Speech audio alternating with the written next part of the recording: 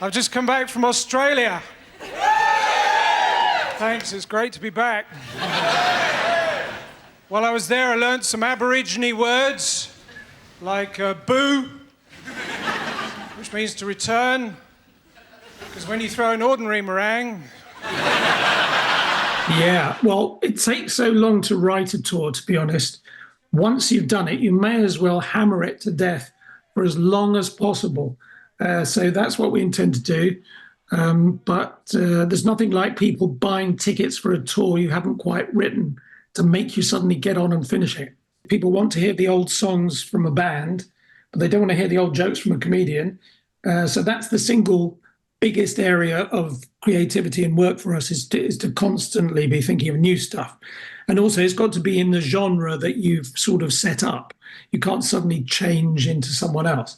So hopefully we get better at it.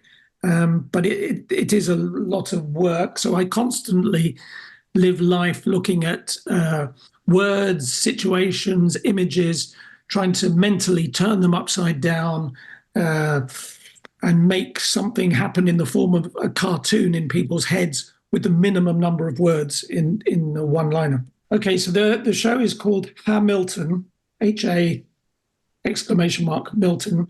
The poster is a bit like Hamilton the musical, a bit like that, just enough not like it not to get sued.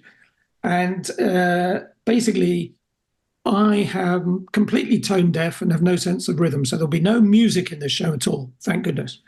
However, it does catalogue my relationship with music, starting at a nativity play where I was to sing a solo. I was Angel A, or as the other children call me, Angela. And I forgot my words, but fortunately I had a crib sheet.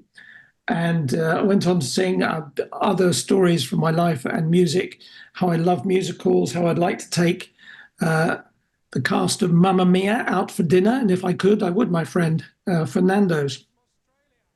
All sorts of things to do with music and other things in life. Jokes, probably about 200 to 250. Yeah, if you like laughing or jokes, it's a good place to be. But if you're looking for some political comment or something that might change your life, probably the wrong show to come to. I've just come back from Holland. Thanks, it's great to be back. While I was there, I was in a fish restaurant. A bloke on the table next to me began to cough. I ignored him. Then he began to choke. I still ignored him. Then he began to choke really, really badly. So in the end, I stood up and I smacked him on the back really hard. Anyway, it turns out he was just speaking Dutch.